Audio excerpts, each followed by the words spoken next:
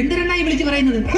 English പറഞ്ഞാടെ കൈവിട്ടു പോയില്ലേ? പ്രിയരെ, ബാല ആരംഭിക്കുന്നതിന് മുമ്പ് ഒരു പ്രത്യേക അറിയിപ്പ്.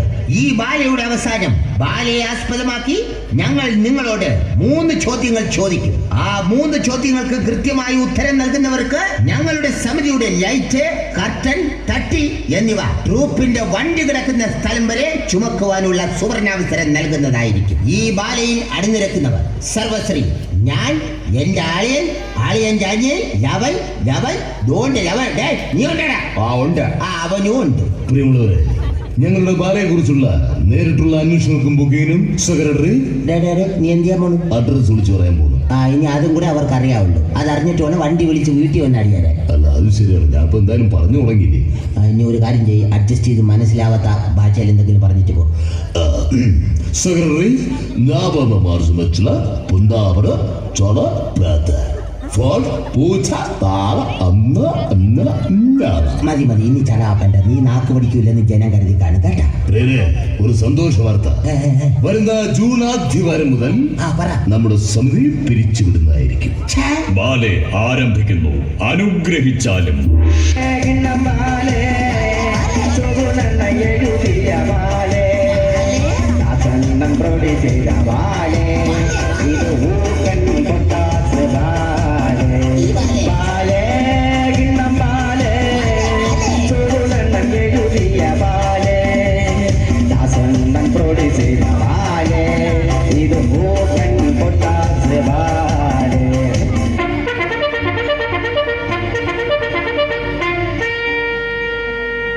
വീരാതിവീരൻ വില്ലാതിവില്ലൻ കേരളപുരം വാഴുന്ന മഹാരാജൻ എഴുന്നള്ളുന്നേ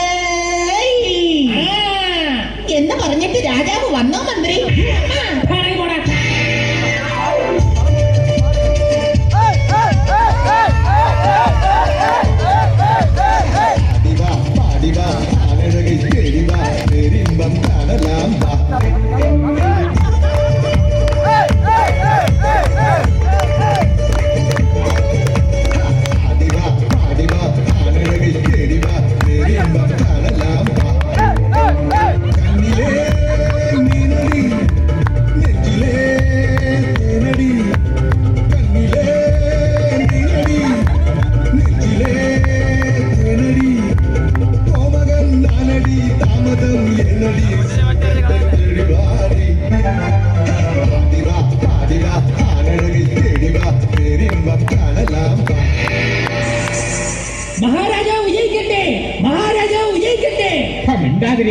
നാട്ടുകാർ വിചാരിക്കും നാം ഇപ്രാവശ്യവും SSLC തോറ്റെന്ന്.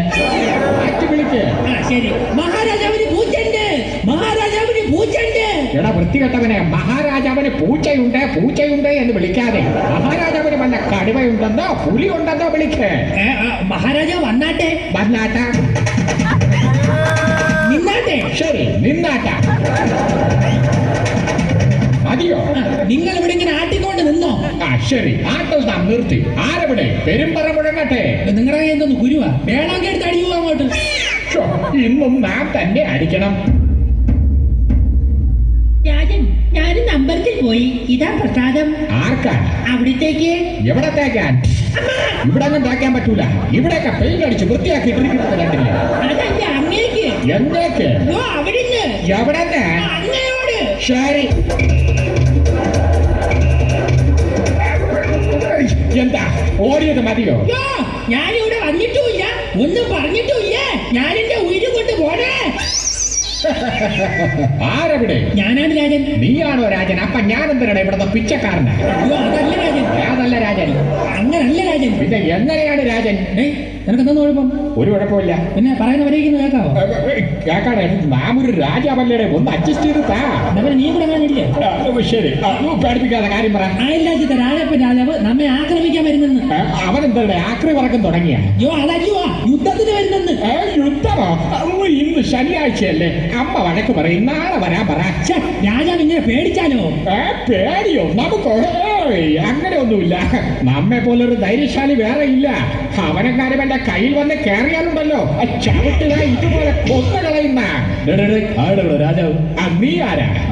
ഞാൻ അയൽ രാജ്യത്താ. സൂണ. ഓടിക്കോ മന്ത്രി. ചുണയുടെ യുദ്ധത്തിന് വേണം മന്ത്രി താൻ ചെല്ലടോ മന്ത്രി ചെല്ല്. നിങ്ങൾ എന്നെ വിളിക്കുന്ന അങ്ങോട്ട് ചെല്ലും. എനിക്ക് അടിയോടി ചാവാമായ നീ അങ്ങോട്ട് ചെന്നാനെ. അങ്ങോട്ട് ചെല്ലുവാൻ പറ്റും. അടിക്കുമല്ലേ തള്ളല്ലേ. അമ്മയുടെ മുലപ്പാൽ കുടിച്ചവനാണെങ്കിൽ വാടാഞ്ഞാട്ട്. രാജാവേ അവൻ വെല്ലുവിളിക്കുന്നു. ചെല്ല്. ഇല്ല നാം കവർ പാല് കുടിച്ചാ വളർന്നത്. അയ്യേ നോക്കി നിൽക്കാതെ ചെന്ന് യുദ്ധം ചെയ്യ് രാജൻ.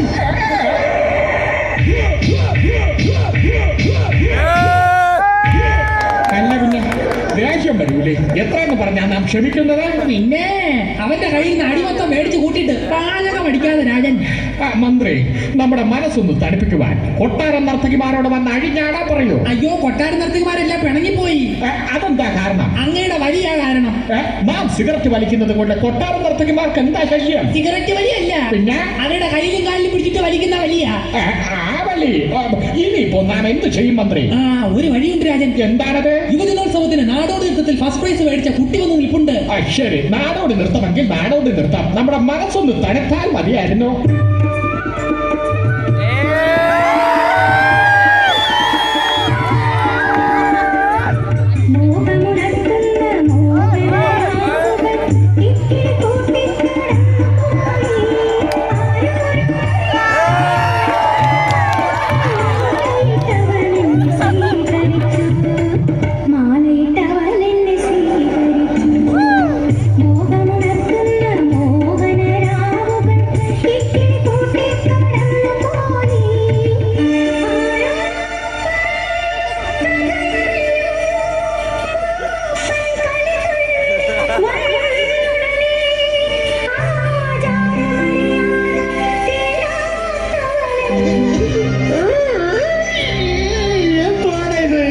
കരയിപ്പിക്കാനായിട്ടാണ് നീ അവളെ കയറ്റി വിട്ടത്.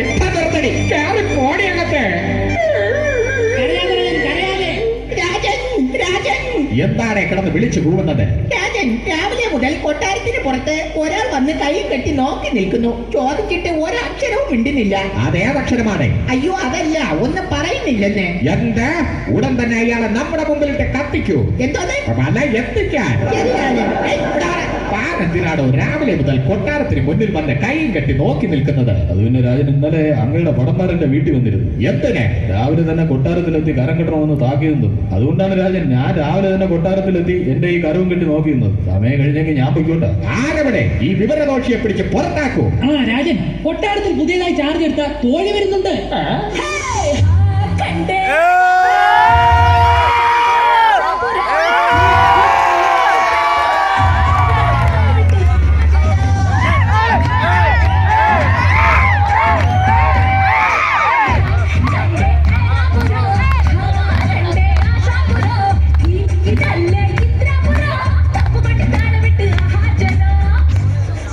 എന്തൊരു സൗന്ദര്യം. മന്ത്രി താനിനി ഇവിടെ നിന്നാൽ ശരിയാവില്ല കേട്ടോ. അതെന്താ രാജൻ? സംഗതി പാൽപായസമാണെങ്കിലും അറിയാ പട്ടിലൊക്കെ തീർന്നില്ലേ കേസ്.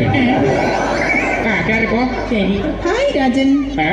നാം ഹായ് രാജനല്ല, നാം ബാബുരാജൻ. രാജൻ, എന്റെ ചേച്ചി പ്രസവിച്ചു. ലഡുവാ. കാലം പോകുന്ന പോക്കെ. പണ്ടൊക്കെ പെണ്ണുങ്ങൾ കുഞ്ഞുങ്ങളെ ആയിരുന്നു പ്രസവിക്കുന്നത്. ഇപ്പൊ ലഡുവിനെ വരെ പ്രസവിച്ചു തുടങ്ങി. അടുത്തിന് ജിലേബിയും അലുവയൊക്കെ ആയിരിക്കും. നമ്മുടെ കൊട്ടാരത്തിൽ വന്നിട്ട് എങ്ങനെയുണ്ട്? ക്ലൈമറ്റ് പിടിച്ചു. ആ വൃത്തികെട്ടവൻ നിന്നെ കയറി പിടിച്ച ഇതാണ് ഇവന്റെ കുഴപ്പം. യവനെ നാം അടിച്ചു കൊല്ലുന്നുണ്ട്. അയ്യോ, ക്ലൈമറ്റ് എന്ന് വെച്ചാൽ കാലാവസ്ഥ അർത്ഥം ആണോ? ഇതാണ് പള്ളിക്കുടുത്തി പോവാത്തതിന്റെ അവസ്ഥ. ആട്ടെ, അങ്ങേക്ക് സ്പോർട്സ് ഇഷ്ടമാണോ? ഇഷ്ടമാണെന്നോ? നമുക്ക് ഭയങ്കര ഇഷ്ടമാണ്. പക്ഷെ ഷുഗർ ഉള്ളത് കൊണ്ട് ബേക്കറി ഒന്നും കഴിക്കരുതെന്ന് ഡോക്ടർമാർ പറയുന്നത്. ആട്ടെ, തോഴിക്ക് കുടിക്കാൻ എന്തെങ്കിലും? സോറി, അതിവിടെ ഇല്ല.